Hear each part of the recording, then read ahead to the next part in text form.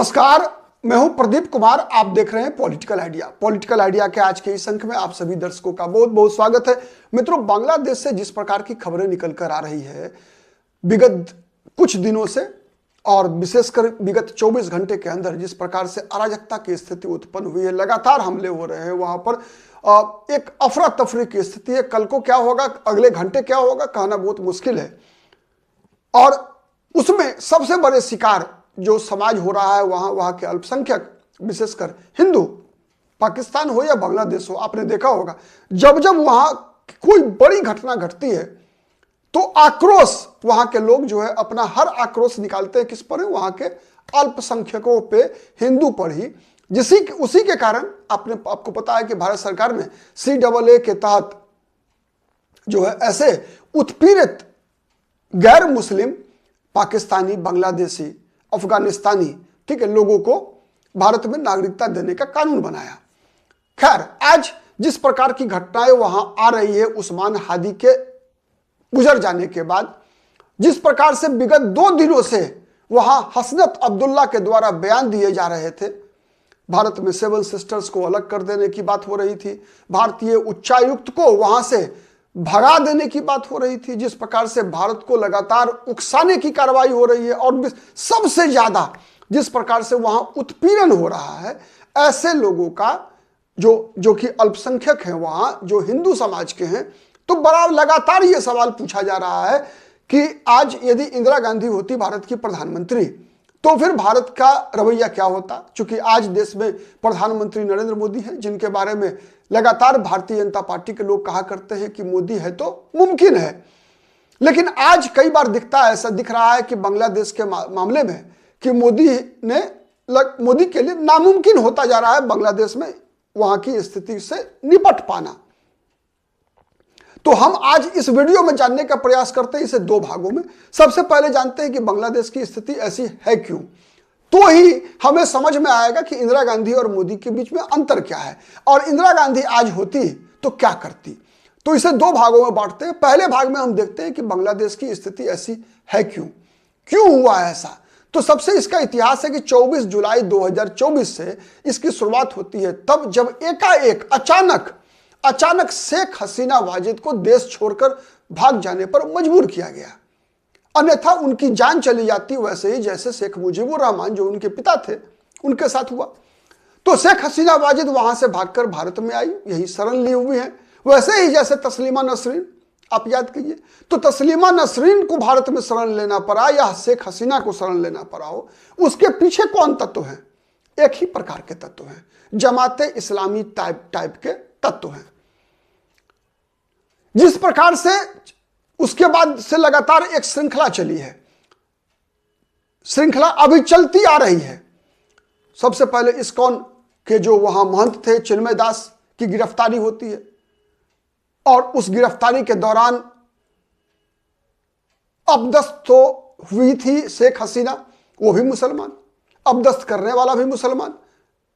लेकिन उस समय जो आंदोलन हुआ, जो चिंगारी भड़की, उसमें नुकसान किसका हुआ? वहां भी उस समय भी नुकसान हिंदू समाज का ही हुआ था, वहां के अल्पसंख्यकों का ही हुआ था। और अभी जब यह घटना घटी है उस्मान हादी के साथ, तब भी जो घटनाएं घट रही है उसके शिकार कौन हो रहे हैं? चाहे वो सिलहट हो, चाहे वो चटगांव हो, चाहे वो मैमनसिंह जिला हो, चाहे वो राजशाही जिला हो, चाहे वो ढाका हो, हर जगह पर निशाने पर कौन है? हिंदू समाज है। तो अब देखिए कि ये राजनीति है क्यों, कि लड़ाई 2 व्यक्ति के बीच होता है जो एक ही धर्म के मानने वाले हैं, 2 समूह के बीच होता है जो एक ही धर्म को मानने वाले हैं, लेकिन उसका शिकार कौन होता है? वो नहीं होता, तीसरा होता है, हिंदू होता है वह अल्पसंख्यक। तो अब आप समझिए इसके जड़ में क्या है।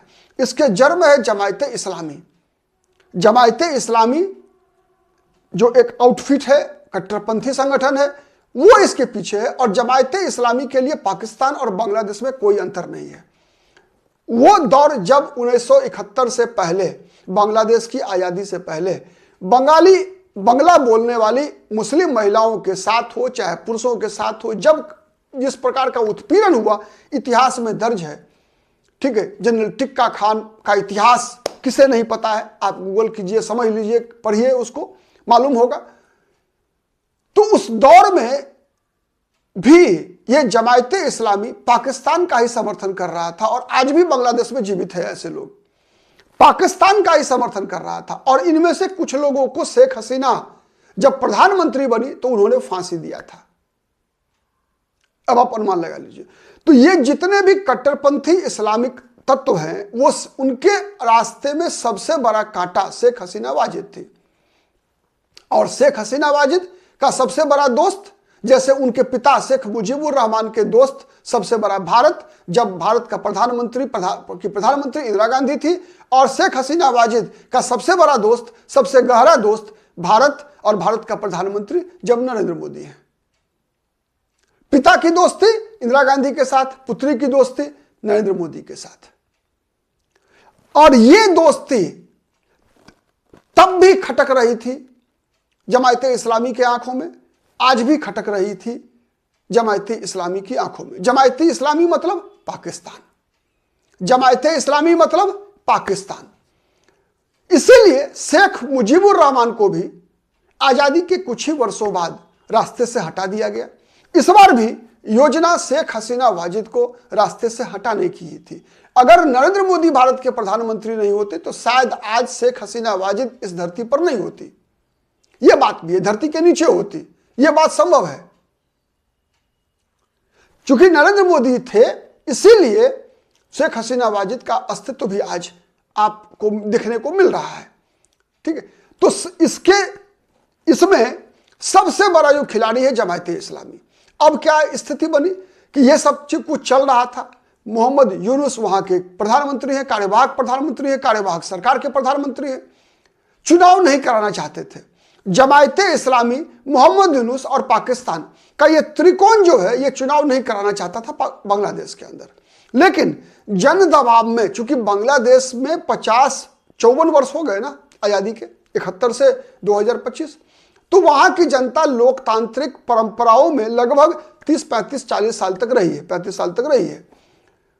तो कहा जाता है ना कि लगातार आप जिस सिस्टम में होते हैं उस सिस्टम में ढले होते हैं। तो बांग्लादेश की एक बड़ी आबादी जो है वो लोकतांत्रिक विचार उसके अंदर पनपा है। भले ही वो इस्लाम को मानने वाले नहीं हैं, लेकिन फिर भी इस्लाम के अंदर ही है। इंडोनेशिया वगैरह है, इस्लामिक देश है, सबसे बड़ा देश है दुनिया का इस्लामिक देश इंडोनेशिया, लेकिन वहां पर लोकतांत्रिक परंपराएं जीवित हैं। तो उनके दबाव में मोहम्मद यूनुस को चुनाव की घोषणा करनी पड़ी। तो सबसे पहले क्या किया मोहम्मद यूनुस ने, अवामी लीग को प्रतिबंधित कर दिया चुनाव लड़ने से। लेकिन बीएनपी को, बांग्लादेशी नेशनलिस्ट पार्टी को या जातीय पार्टी को कैसे वो कर सकते थे प्रतिबंधित? नहीं कर सकते थे, किसी भी कानून के तहत नहीं कर सकते थे। तो मोहम्मद यूनुस को लग गया कि अब जब चुनाव की घोषणा हो गई तो चुनाव की घोषणा के बाद चुनाव में सत्ता जाएगी। चूंकि बांग्लादेश का इतिहास है कि वहां दो दल बहुत मजबूत रहे, एक तो अवामी लीग और दूसरा बीएनपी, बांग्लादेश नेशनलिस्ट पार्टी, जिसकी मुख्य प्रमुख है बेगम खालिदा जिया। वैसे आज वो बीमार चल रही है। तो अवामी लीग की अनुपस्थिति में बीएनपी का सरकार बनना तय है। मोहम्मद यूनुस और जमायते इस्लामी मतलब पाकिस्तान भी ये कभी नहीं चाहता कि वहां पर बीएनपी की भी सरकार बने। वो चाहता है कि नहीं, जमायते इस्लामी ही शासन करता रहे, मोहम्मद यूनुस को मोहरा बनाकर। लेकिन अगर चुनाव होगा तो फिर बीएनपी को सत्ता में आने से नहीं रोक पाएंगे। बीएनपी के प्रमुख बेगम खालिदा जिया जो बीमार चल रही हैं, उनके पुत्र तारिक रहमान भी 25 दिसंबर को देश लौटने वाले हैं चुनाव में भाग लेने के लिए। तो ये जितने भी अभी घटनाएं घट रही है, चाहे वो हसनत के द्वारा बयानबाजी, मोहम्मद तौहीद हुसैन के द्वारा बयानबाजी, मोहम्मद यूनुस के द्वारा बयानबाजी, भारत को उकसाने की कार्रवाई, ठीक है, या फिर अभी जो ये हादी के साथ घटना घटी है, हादी के साथ भी घटना इसलिए घटी है जिससे कि इसके पीछे भी वैसे तत्व ही हो सकते हैं जो बांग्लादेश में चुनाव को संपन्न होते हुए नहीं देखना चाहते। तो अब आते हैं मूल सवाल पर कि आज इंदिरा गांधी होती तो क्या करती और नरेंद्र मोदी है तो क्या कर रहे हैं। नरेंद्र मोदी हैं, इसलिए मैंने कहा था आपको कि शेख हसीना जीवित है। शेख हसीना जीवित है मतलब बांग्लादेश में उम्मीद जीवित है, बांग्लादेश में उम्मीद जीवित है। शेख हसीना का जीवित रहना बांग्लादेश में उम्मीद के जीवित रहने का संकेत है। दूसरा, बेगम खालिदा जिया बीमार हैं। नरेंद्र मोदी ने, भारत के प्रधानमंत्री ने बेगम खालिदा जिया, जो कि मोदी जब से प्रधानमंत्री है भारत के तब से कभी भी सत्ता में नहीं रही, फिर भी नरेंद्र मोदी ने उनकी बीमारी की अवस्था में जितनी भी मदद संभव है करने का उनको भरोसा दिया। मतलब नरेंद्र मोदी बीएनपी को भी जीवित रखना चाहते हैं, जिससे कि बांग्लादेश में लोकतंत्र जीवित रहे। तो यह लड़ाई बांग्लादेश के अंदर नरेंद्र मोदी और मोहम्मद यूनुस की नहीं है। वहां लड़ाई में माने line of action Narendra Modi का लाइन ऑफ एक्शन और इंदिरा गांधी के लड़ाई के तरीके में नहीं है, बल्कि यह लड़ाई लोकतंत्र वर्सेस जमायते इस्लामी है। जमायते इस्लामी और पाकिस्तान बांग्लादेश में लोकतंत्र नहीं चाहता, क्योंकि जब लोकतंत्र होगा तब तो वहां पर राजनीति मूल्यों की होगी, बांग्लादेश के विकास की होगी, नीतियों की राजनीति होगी। लेकिन पाकिस्तान चाहता है बांग्लादेश को भी खुद के जैसा बना देना, और बांग्लादेश के अंदर जमायते इस्लामी उसके एजेंट है। तो इसीलिए आज यदि इंदिरा गांधी होती तो इंदिरा गांधी के जीवन से अगर कई उदाहरणों को निकाल के लाए हम, चाहे वो सिक्किम का भारत में विलय हो, या ऑपरेशन पंजाब हो, ब्लू स्टार का ऑपरेशन रहा हो, या फिर 1971 का पाकिस्तान का युद्ध रहा हो, Indira Gandhi tit for tat अभी एक्शन में भरोसा करती थी। तो आज इंदिरा गांधी चुप नहीं होती, ऐसा मेरा मानना है। इंदिरा गांधी ने सीधा हस्तक्षेप किया होता, इस बात की पूरी संभावना है। लेकिन नरेंद्र मोदी को समझने के लिए 2-3 उदाहरण मैं दे रहा हूं। उदाहरण घरेलू है और विदेश से भी है। आपको याद होगा 2014 में जब नरेंद्र मोदी भारत के प्रधानमंत्री बने थे, तब भारत का मालदीव के साथ और श्रीलंका के साथ संबंध ऐसा ही था। चीन मालदीव और श्रीलंका दोनों का इस्तेमाल भारत के खिलाफ कर रहा था, लेकिन भारत ने बगैर किसी प्रतिक्रिया व्यक्त किए चुपके अपना काम किया और चीन को मालदीव और श्रीलंका से दूर धकेलने में भारत कामयाब रहा। बांग्लादेश में भारत नरेंद्र मोदी के रहते हुए क्या कर सकता है, उसको समझने के लिए आंतरिक राजनीति, श्रीलंका और मालदीव का उदाहरण मैंने दिया। दूसरा, आप याद कीजिए जब भारत में कृषि कानून के खिलाफ आंदोलन चल रहा था या फिर CAA के खिलाफ आंदोलन चल रहा था, कई लोग ये सवाल कर रहे थे कि मोदी की सरकार क्यों नहीं लाठी चलवाती, गोली चलवाती है। तब भी नहीं चला गोली जब लाल किले की प्राचीर पर जाकर एक प्रकार से वहां पर खालिस्तान का झंडा फहराया गया। अगर गोली चल जाती तो क्या होता? दोनों का काम करने का तरीका में अंतर में बता रहा हूं, इंदिरा गांधी में और नरेंद्र मोदी में।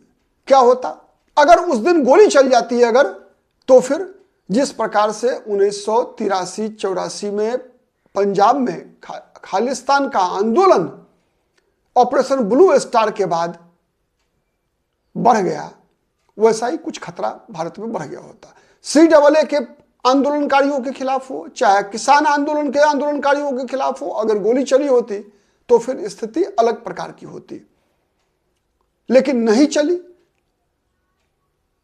इसका मतलब कुछ हुआ नहीं, ऐसा नहीं है। कूटनीतिक तरीके से यहां भी किसानों के आंदोलन को भी मोदी खत्म करने में सफल रहे। वैसे ही बांग्लादेश में भी भारत की सरकार जरूर कुछ ना कुछ कर रही है। क्या कर रही है, इंतजार कीजिए जानने का। बने रहिए पॉलिटिकल आइडिया के साथ, हम मिलते रहेंगे ऐसे ही विश्लेषणों के साथ। आज के लिए इतना ही, बहुत बहुत धन्यवाद।